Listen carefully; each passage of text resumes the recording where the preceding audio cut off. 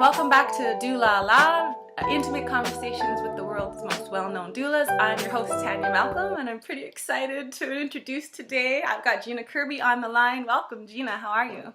Good. How are you? Thanks for having me. I'm really excited. It's day 3 of the World Doula Week event, and I've been having some really amazing conversations and looking forward to speaking with you further today. But first, I'm going to tell these folks a little bit more about you, and then we'll move into our conversation. Okay. Gena Kirby is on a mission. Gena wants moms to know what they are not being told and that they are not alone. On a given day, she is either sharing information about gentle birth and parents' rights to informed consent on her radio program, or sharing tips on baby wearing on her TV show.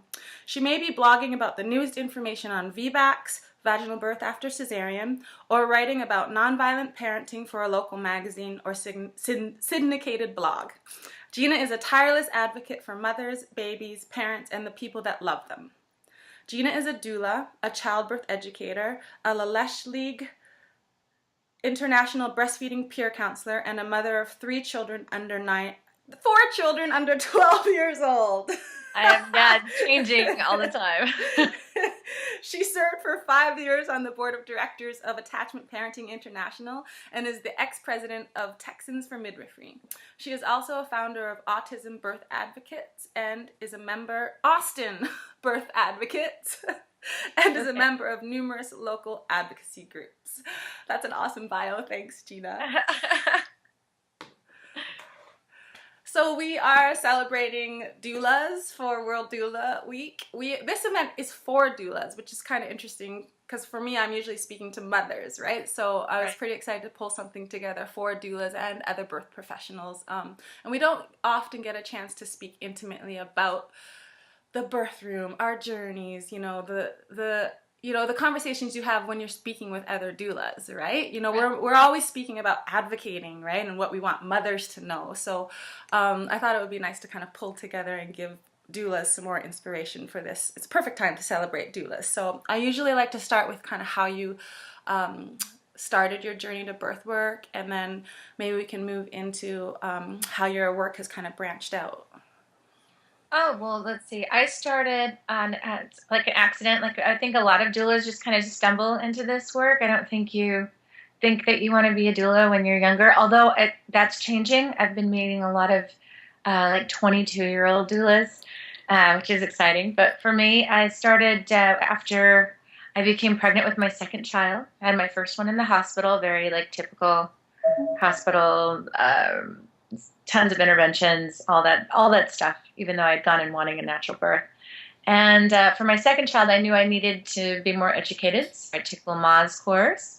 I had opened a maternity store after my first baby was born, hoping to like make sure everybody else knew what I wasn't told. And so right when we opened that store, I was already pregnant. And one of the ladies that I had to come and teach childbirth education at our store was a Lamaze instructor and a doula. And so my husband and I took all of her classes and decided to hire her. And our birth was beautiful. It was really different than our first one. And my husband, he was over the moon. Like he really like had this like life-changing moment when the baby was born, and loved how he was made to feel by the doula, that she made him the most important person in the room outside of me, and he felt very in control and respected, and just he loved how he felt after the birth more than I think I did, and I was pretty excited about the whole thing. And he turned to me afterwards and he was like, "That was so amazing, let's do that again." I'm like, "Hold up." Time out a little bit, but that's how happy he was about it. And he said, "You opened this maternity store because you wanted to help women, and I think what you should be doing is you should be a doula." Oh. And I was like, "Yeah, maybe I should be." And right after the baby was born, like I think before she was a year old already, I had certified to become a doula, and I've been on that track ever since. Wow. So this Yeah, it's husband of yours, does he have some brothers or what? Like, He's pretty awesome. I'm not gonna lie. In the workshops that I teach, I talk about him everywhere. If it yeah, wasn't for him, I wouldn't be a doula. If it wasn't for him, I wouldn't be sharing about the Rebozo. If it wasn't for him, I wouldn't be doing a radio program. Like that's all this so stuff is like cool. his idea. So he's a pretty cool dude. That's so I'm really cool. lucky. I'm really happy for you. Thank Oh, you. but yeah, tell me about the Rebozo stuff, right? Because like I was saying to you before we got on the call, like I was like, I don't know that much about you, but I want to know about it on this call. So like the Rebozo workshops, like that's a pretty cool niche. Like how did that um That was another kind of stumble upon, like, how did I even get here kind of thing. so I first tell people about that. Like What so it is. yeah. Okay, well, what a rebozo is it's a Mexican shawl, and midwives in Mexico have been using it for centuries to help women during pregnancy and labor, and then afterwards, of course, learning how to wear your baby. And I learned about it the very first time in a DONA training. The DONA trainer's like, here's a rebozo, you can do this with it, you can do this with it, you can do this with it. So I had like 3 things to go on, and I wanted to know more about it, but this is back in the days before the Google. So I had to go to a library, and at the library, I really didn't learn much about it. I just saw that it said that it's a long piece of fabric. Mexicans, women have been wearing them for centuries, like the end. That was all the info I could find. Wow. So I kind of let it go for a while, and then my mentor used it at a birth that I was at with her, and afterwards I was like, "How did you know to use that, like with any confidence at all?" And she said, "I saw it in a video done by Guadalupe Treva." And Guadalupe is she's a doula in Mexico. She made this VHS tape, so that dates me at all, that we watched like over and over again. And then fast forward a couple of years, I saw that she was going to be teaching at a MANA conference in Mexico. So my husband and I like sold everything we owned to go, and we went. And it was amazing to meet her and to use the rebozo, and more importantly, to have somebody like do it to me at the workshop, and then I did it to them. I think it's a better way to learn. Yeah. But it took a long time of like trial and error. Once I got home using it, I had a hard time trying to figure out how to like introduce it to these North American folks. And I lived in a very conservative part of town, or part of California, probably the red city in a blue state. And it was kind of like trial and error. Like the things that I share now are how to like not make the mistakes that I made using it, how to better introduce it. And a lot of those ideas I got from my husband, because I was using the rebozo as a tool. And it wasn't until lots of conversations with my husband about the birth, like, because, you know, like a lot of doulas, you come home and you talk to your husband about everything that happened, right? Yeah. So after a while, like, I feel like my husband felt like an expert as a doula. Cool. And he's the one that pointed out to me that my births were becoming shorter and shorter, that I wasn't complaining as much after a birth. Like I wasn't saying, oh, my shoulders hurt, or oh, my arms hurt anymore.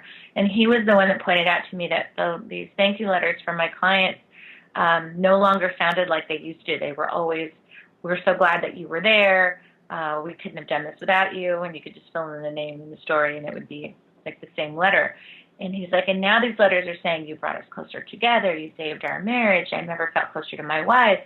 So these are different things. And in my, you know, I was thinking, well, I'm just a great doula. And my husband's like, no, Demi, it's the rebozo.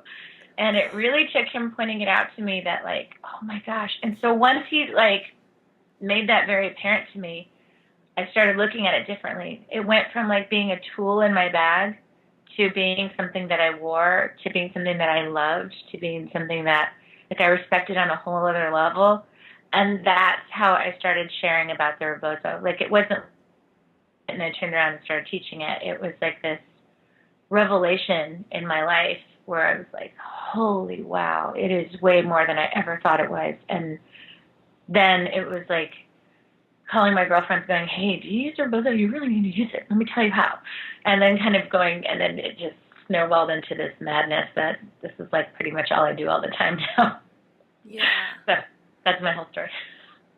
That's so cool. Okay, so if there's any doulas on the line that don't know about the Rebozo, Gena Kirby is your woman. So make sure it's genakirby.com, right? That's your... Yeah, GENA, or you'll never find it, GenaKirby.com. But I tell everybody, like, my mentors were, like, Guadalupe Treva, Right. Naomi Venever. If you can take a class from those two, sell everything you own and go take that class. Right. In the event that you can't, and I'm in a town near you, you can come and take it. Oh, you're so humble. But you know what? I'm going to put your link in the edited video. So. But no, thank you for that, because we all grow and learn from our grandmothers, right? And we need to respect them and honor them and make sure those names continue to stay relevant, prevalent in our work, right? So thank you for giving due credit where it's deserved. So I want to ask you about... I've kind of been asking this like same theme, this question about like a special moment or a intimate time in the birth room that you like, that is like at the peak of your site, like a moment from serving women and holding space that you really connect with as like one of those most special moments as on your journey as from being a doula. Oh man, one, that's hard, but right away, like the first thing that welled up in my heart when you said that was this time, and it was a home birth, and we were using the Rebozo. For me, I'm such an advocate for dads now, more than I have been in my journey, like as my arc as a professional. I've really come into paying more respect to the partner and like what their influence is on the outcome. And right when you were saying like that special moment, it was that me kind of pulling away. I always kind of like set up the mom and the partner, and then I step as far away as I can from them and let them do their thing, right, alone. So I had done that. The dad was doing this method with mom where he was relaxing her back and her behind by having the Rebozo underneath her, and she was laying flat on her back between contractions. And he's just rocking her, and so he's standing over her. She's on the floor, and he's looking down at her, and they're making eye contact, and he has just like tears coming down his face, and like just dripping on his shirt. I wish I could use that picture. He won't let me use it. Because I want everybody to see it. It was so special, and I'm just standing, in the back of the room and watching them and looking at her look up at her man, and he's just like weeping, looking down at her, and it was like, I just remember feeling so honored that they would share that space with me. Yeah. That's some intimacy right there, right? Yeah. And that they were like okay with me being there, like, yeah. and feeling safe enough with me and trusting me enough to like share that moment with them. And I don't know, it was beautiful. Like that's like one of the first things that comes to mind is that. Yeah. That's where, because he's looking at her with so much love, and she's got like that moment of like looking at her man in that way, and I don't know, it was so beautiful. Yeah. It was really beautiful. Oh, thank you for sharing that. And I'm so glad that you spoke about like the gratitude that comes from being a doula that we experience with just that intimate space that between a man and a woman on the day their baby's coming earthside that we get to witness, and like that's for me, that's one of the most like special things about being a doula. In my like welcome package, in my welcome letter, I'm always like, or in the like first paragraph, it's like, and I have to change it every year, but now it's like, after 11 years of service, like I'm still blown away that you've invited me into this intimate space, because it still does. Like when people hire me, women call me to say I've been hired, I'm still kind of like, what?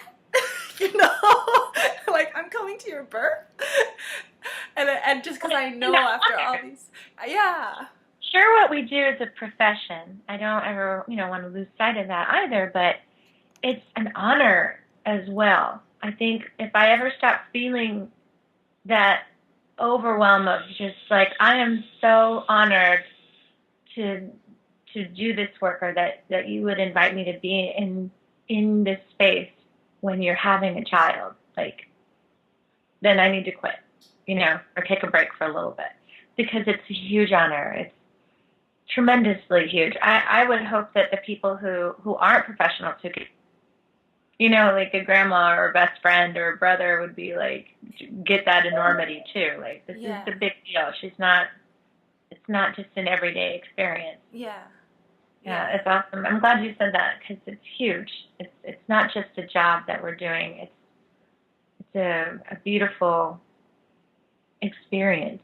It's both. Yeah, it's both. It's both. There's a balance. And so how lucky are we, right, that our jobs also bring such joy, right? Like, that's, for, especially, I think, speaking to doulas who are tired, like, just to remember that, to reside in the joy, right? To try and reside in the joy, because you're going to miss it, as soon as you step away, you miss it. Well, I travel a lot, and a lot of the people who are flying, right, it's like 90% men on the plane all the time, all these businessmen, and every weekend or every other weekend sometimes I'm talking to a businessman about birth. Like, I love, like, my evangelical side where I get to, like, just talk about birth all the time with strangers, and, like, they get it. It's the men that really get it, where they're like, what? When I tell them about our infant mortality rate or our maternal mortality rate. And what I get from all of these very successful businessmen that I get to travel with, because every once in a while I get bumped up to first class, so I'm always sitting next to somebody who's doing pretty good in the world, and they will tell me, God, you're so lucky. They hear the passion that I have for my business, and they always tell me, you are so lucky to love what you do. Like, I would give anything to love what I do. Like, a lot of these people are working really hard, but they're not in love with their job. And I get told all the time, and I think that really helps me with the gratitude part, right, is that these guys tell me, like, wow, you are crazy lucky. You are so lucky to be doing something that you love to do so much. Yeah. And we are. We're so lucky. Yeah. Sure, some of it's hard, There's sometimes some births are like, oof. And we need help afterwards, and some therapeutic situations to work through some of these things. But on the whole, the work that we do is so gratifying. Yeah. It really. Yeah. So can you talk a little bit about in your history, like of your doula work, a moment where you like where there was a shift? Like, I'm not sure if every doula has experienced it, but I feel like we have, where you really stood in your power, valued your worth at the birth, and were able to advocate or speak in a way that embraced that power. Is there a time where there was a shift for you, and that you brought that forward from that moment on? I think I remember when it happened in a hospital, of course. That the very, very first time. No, was that it? Yeah. Okay, so I'm like going through all my births in my brain. It was the one time where, because for a long time as a doula, I remember I had like this, wobbly leg feeling about what my place was and like what my job was, and this doctor was about to do an episiotomy, and he wasn't going to say anything about it. And I was with a couple, and I just remember like going in my mind, because you said there's like a shift, right, where I was like, oh, I shouldn't say anything, like, because it's not my job to say, hey, she doesn't want that, or I don't, tell the doctor what to do. Like, that, none of those things are my job. Right. And so I remember being like, oh, it was like watching a horror movie, right? And I'm like, okay, wait, this isn't a movie. I should say something. And I remember looking at the dad, and I just kind of went like, gave him kind of a sign, and I grabbed Mom's hand, and I said, was an episiotomy on your list of things that you, what did I say? I remember saying it really eloquently, and then later like stepping back and going, did I say that? But I remember saying it in a way that was very ambassadorial, very diplomatic, that wasn't going to upset anybody. But when I grabbed her arm, because I was afraid, and I grabbed her arm and I said, was an episiotomy something that you had wanted? And I said her name, and she's like, no, we absolutely don't want an episiotomy. And I was like, okay, I was just asking. And her husband, like between like the timeout and me saying that, said, "Hey, doc, what's going on here?" And I remember the doctor kind of giving me a sideways glance, and I was so petrified. And they ended up telling him that they didn't want one. And then, fast forward later, working with that doctor again, he came up to me, and I remember being so afraid that I just kind of rooted myself in the ground. And he said, "Hey, I like the way you did that." And I said, what are you talking about? He's like, "The last time we met, I was going to do an episiotomy, and you didn't say anything to me. You weren't rude like these other doulas, like this was a while ago. So we had different ways of working, and I don't know, I felt really good about it. I felt good about opening my mouth and standing up for my client, but not in a way that was going to make it harder for another doula after me to come into that room with him. And knowing that I did something that was good for my client, but there has to be a balance, right? And I think that was my shift from being that doula that would never say anything out of fear, like, just being really afraid of upsetting the doctor, to being the doula that was like, I should say something, and then doing it in a way that wasn't going to harm somebody later on in their space as a doula. If any of that makes sense, I'm rambling. It's perfect. It's gold. Like, if you're listening, this is really, really great information, because like what I would add to that from my own personal experience is that you don't get those moments back, right? No. You don't get to, it's not a movie. You don't get to rewind and, do the scene, like cut, start over, and so what I would highlight, and what I think I just posted this on a forum this morning. Someone asked, what would you tell new doulas that you wish you knew? And I just wrote simply, speak your mind by asking questions. Yeah. Right? And so, or something like that. Like, speak up by asking questions, or share your voice, speak your mind, or something like that by asking questions, which, and it, like, whoever you're speaking to, right? Like, so if you're speaking to the care provider, present it from a place that you're learning and growing, right? If you're speaking to the mother, you're still presenting it from a place that you're learning and growing, and nobody, no compassionate person will bring negative energy if you're coming from a place of learning and growing, right? Like, that's what I really feel like, to be always speaking in a place of asking a question. And that's exactly what you did in that moment, right? Like, you asked your client a question, and you were still able to stand in your power and speak your voice, right? So even if it was shaking. I know, but in hindsight, like, when I have my like dark moments of thinking about some of the births, and like my experience, like, I'll never, as a doula, we never want to taint the mother's experiences, but we have our own experiences, right? So we take that to a private place, and we share that with another doula or your husband or whoever that is that's removed from the experience, right? One of sort of the things that haunts me is like, should I have said something? What could I have said? What could I, right? And we do that, and it might not have changed the situation. It might, I'm not saying we need to like rehash or whatever. It's definitely, but we do need to debrief and have those conversations. And if you're a new doula listening right now, and this conversation between you and I can help them not have those, should I have said something moments? Oh, yeah, you can be so hard on yourself, I think. I would say definitely don't be hard on yourself. Yeah. And I think what helps is just when you are making those decisions, trying to keep everybody in mind, I think.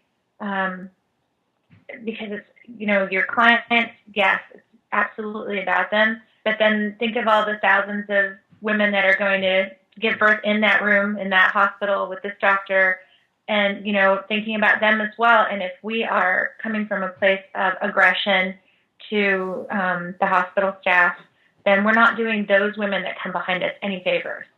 We have to work with them as a team, even though some of them might not think of you as a peer. We're all on the same team for this woman's her well-being and the safety of her and her baby. And as much as you might want to scream something, which I have, I'm a freaking advocate. Like, I'm like a bulldog outside of the hospital room. I will go after these guys like crazy, but in the actual space, that's not my job No. as a doula. I might be an advocate for a woman, but I'm not the advocate I support her, I witness her, but I don't speak out and say, hey, time out, we don't do this, dude. Like, what do you think you're doing? That's not what my client wants. That's not my job. That's not what I got hired to do.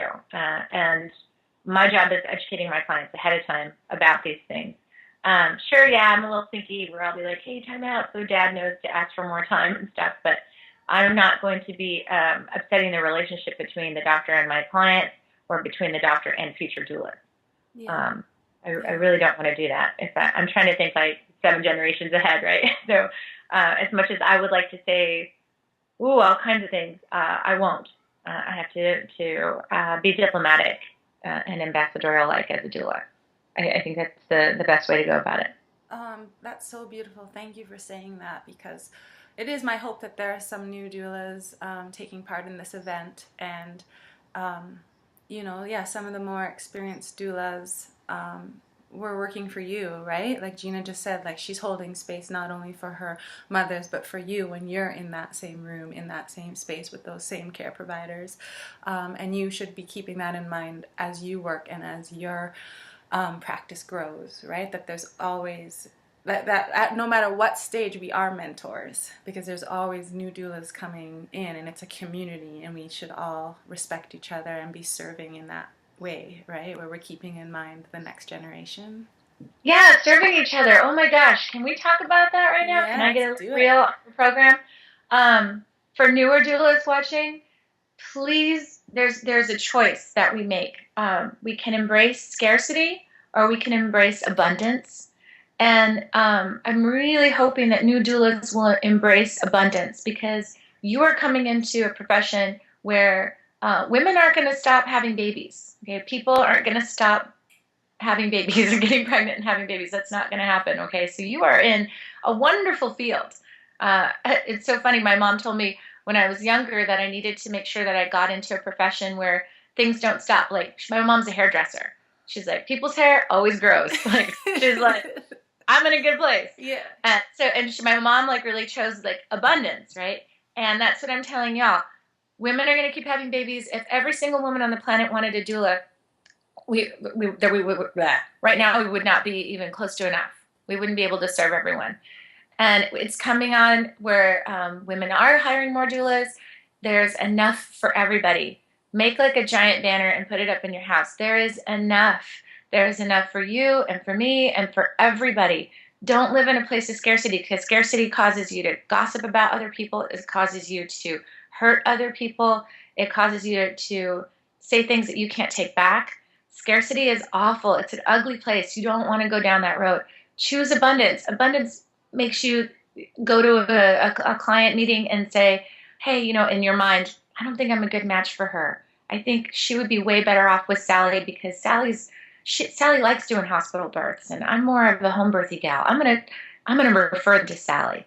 And don't be afraid to like give that away, because there's more people after that next interview. Don't try to be like, I need that person and that person. I believe there's a doula for every woman, but I'm not that doula. I'm not the doula for every woman. And neither are you. And if you're going to be fair to your clients, if you really love the women that you serve, then be fair to them and understand that you're not the doula for every client.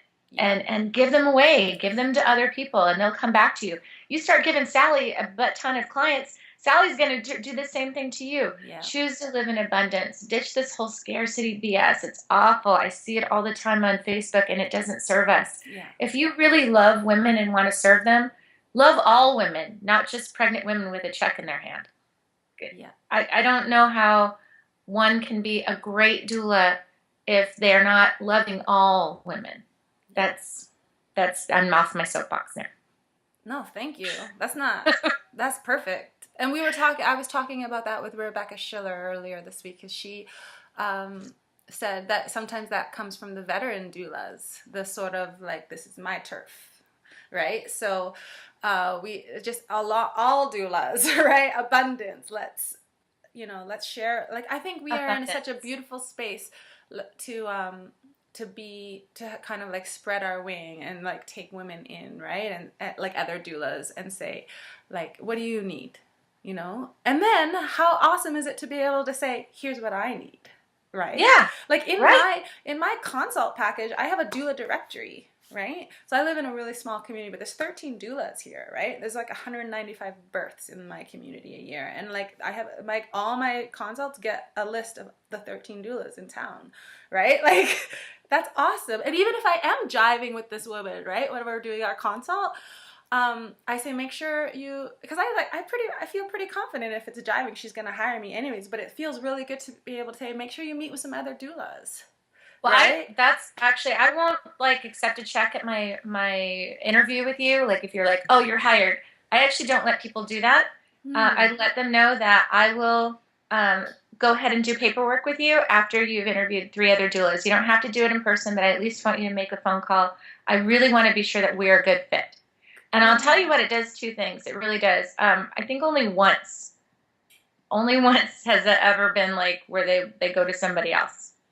Because that means a lot to them that you're willing to like have them go somewhere else and look around because you want the best for them. Yeah. But then they really want you. but and it's a good thing though. I do want the best for them because I don't just want the check. Don't get me wrong. I need to eat. You know, I have a family I need to feed. But it's if they, oh my gosh, if they love me. Like, because they looked at 3 other people and they're like, no, Gena, I really jive with Gena. Like, that felt good. Let's hire her.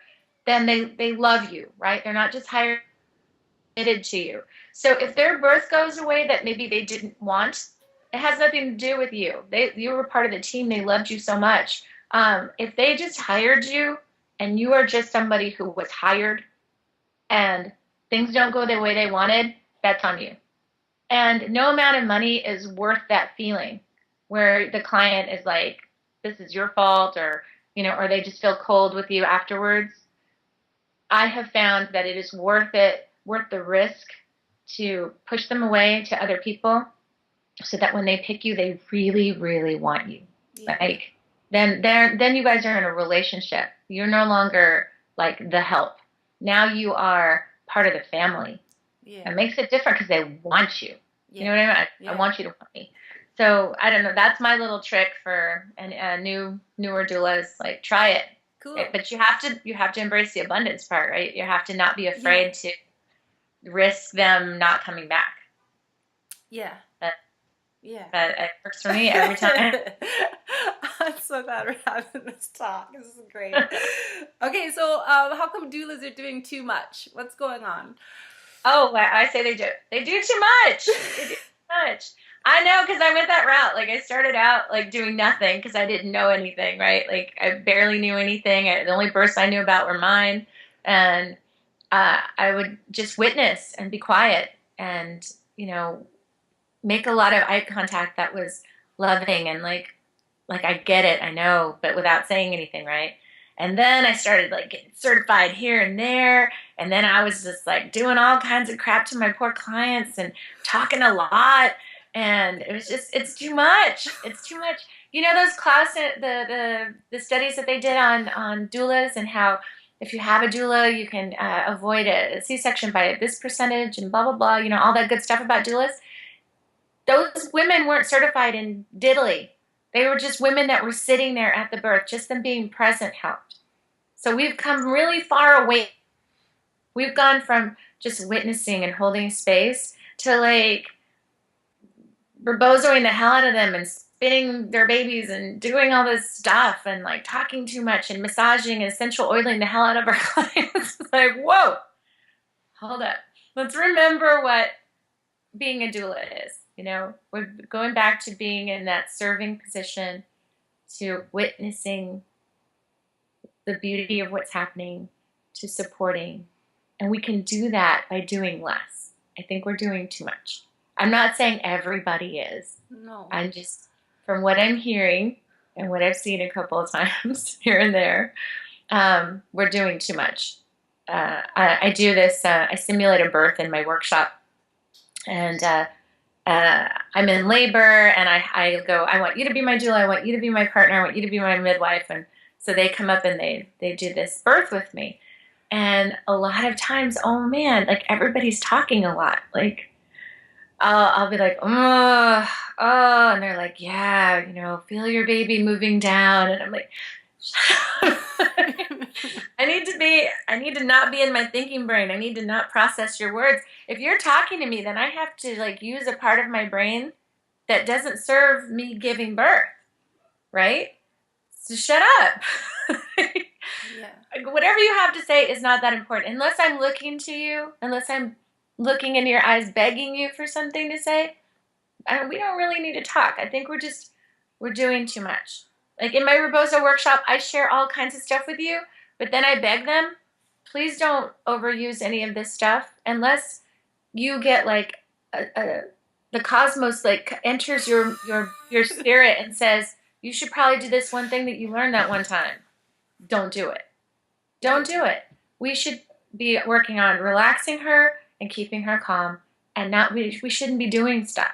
You know what I mean? Like I tell people, I share all of this stuff with them, but I'm like, don't use it unless you have to, unless it's in a way that isn't like, what should I do to her? Or what can I do right now? If you're doing anything that comes from that, don't do it. And like, it's like, unless the universe tells you to do something, if it comes to you and you're in a different brainwave state than your normal everyday brainwave state, then do that. Do that thing that the universe just told you to do. Yeah. But if you're like calculating or flipping through a book of things you can do to her, don't do it. That's my advice. Thank do you. less. Yeah. Do less. be more. It's more about being than doing. Do less. Yeah, so please. But like, honestly, I think that comes with the journey. I mean, I'm really glad we're having this conversation, right? Because no. This is from me making a ton of mistakes too. Yeah. You know what I mean? It's yeah. From me,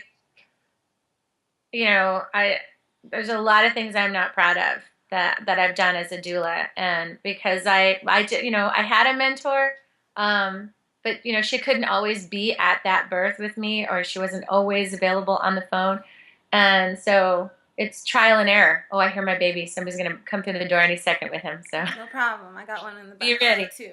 Yeah. That's okay.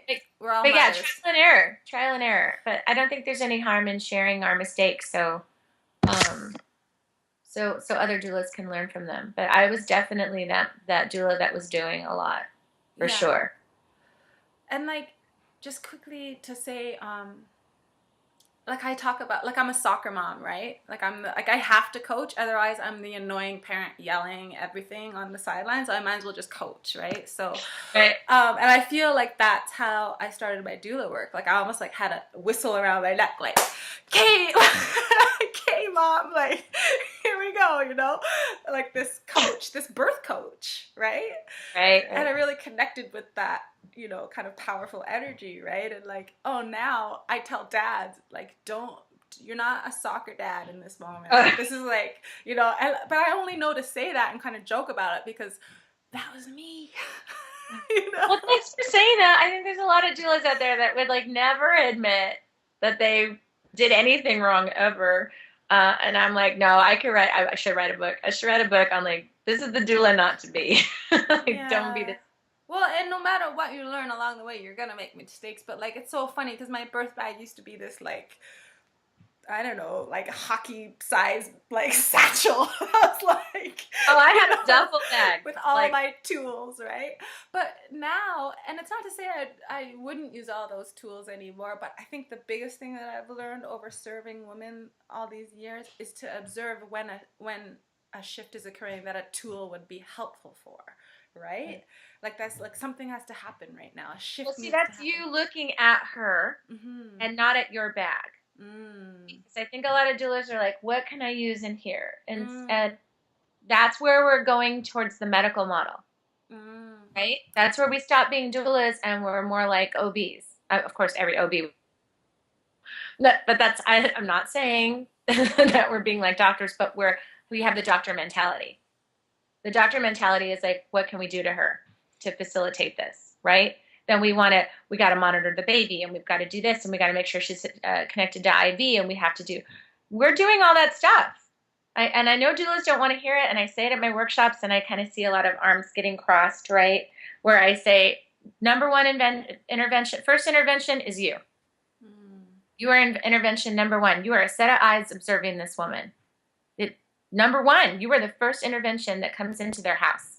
Okay, number two is leaving the house, right? And then we go on to our interventions. Wow. Let's be honest, right? It's tweetable. Your intervention number one. Sorry, yeah. I mean, it is, you know.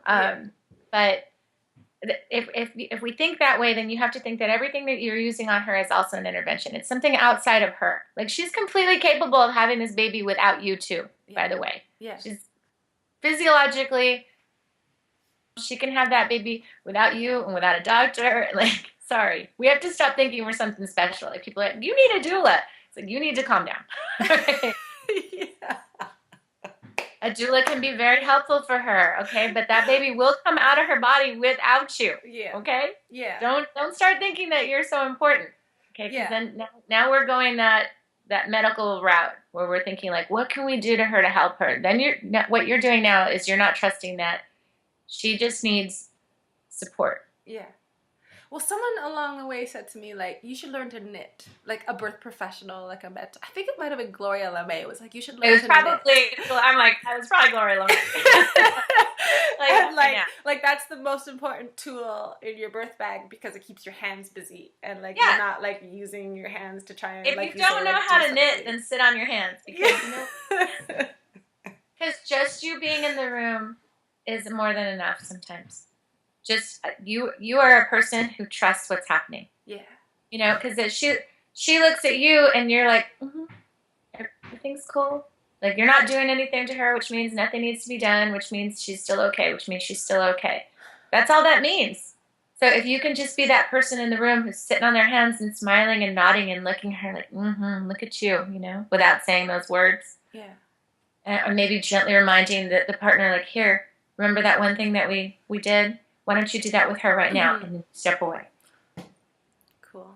Well, I think we've shared some really amazing wisdom today. Thank you so much, Gena.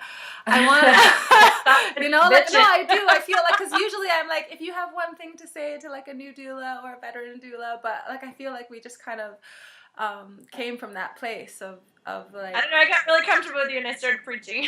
No, that's good. Can I get a witness? No, it's awesome. But I do definitely want to make sure people know what's coming up for you and what you're dreaming on right now and what's exciting. I know, and then give us all your social media. I got 2 books coming. I have a book about how to use a Rebozo on your children, and then my other book, which I've been working on forever, is called Make the Partner Do It, The Lazy Doula's Guide to an Easier Birth. And that is finally going to both of those are going to get published this year. So I got that going on. You can find me at msgenakirby.com, msgenakirby.com, only because Facebook won't let me make new friends on my personal page, so I had to make a public page. But you can still message me there, and we can still be friends there. msgenakirby.com, Progressive Parenting on Facebook, and then my other page is progressiveparentingnetwork.com. Where you can take courses from Joe Valley, you can take courses from Nicole Shapiro on oxytocin, you can take my Rebozo workshop online if you wanted to, or you couldn't take it in person, you can do it there. Cool. And that's it. Yeah, that's all my good stuff. Good. And you've always got workshops going on, so where do people find them? Oh, yeah. Well, I'm going to be in Albuquerque this weekend. I'm going to be in Madison, Wisconsin coming up. I'm going to be in Bali at the end of the year. Right? I'm all over GenaKirby.com. Go to events and you'll see where I'm going to be at. Cool. I'm going to be all over the place. I'm going to be in Dallas coming up. I'm doing a workshop with, no big deal. I'm doing all these mini conferences, and Ina May Gaskin is going to be at a number of them. So, yeah. Holy crap. Yeah. Oh, and I'm going to be in Bali this year. I'm going to be teaching with Robin Lim in Bali. Yeah. And I'm like, I'm going to be there. Are you? Yeah. Oh, girl. So yeah, we're gonna get to have that beer we talk about. I don't know about one beer, but yes. I didn't maybe. sell my car like I saw you say, but I definitely took you up on it. Is on. Oh my God, I'm gonna be in Bali with you too. Oh, my life. My life has become so amazing. Cool. And we've got Gadita Tornetta on this event as well. She'll be, that's the Loving the Mother workshops, right? Or retreats. Yeah. So, yeah, let's not get away from MissGenaKirby.com. Make sure you check her out. What's your Twitter handle? Are you? I believe it's Gena Kirby. Yeah, okay, good. So at Gena Kirby on Twitter, and yeah, make sure you check Gena, or you'll never find me. Oh yeah, make sure it's Gena with an E, y'all. Okay. Yeah. Happy World Doula Week, Gena. Oh, same to you. Thank you for the work that you're doing, girl. I'm so glad I know you, and I'm so glad I get to meet you in person. I didn't even how much stuff I got going on that I didn't even know. Oh my God. Okay. Yay. Yeah. All right. Talk to you soon. Bye. Bye.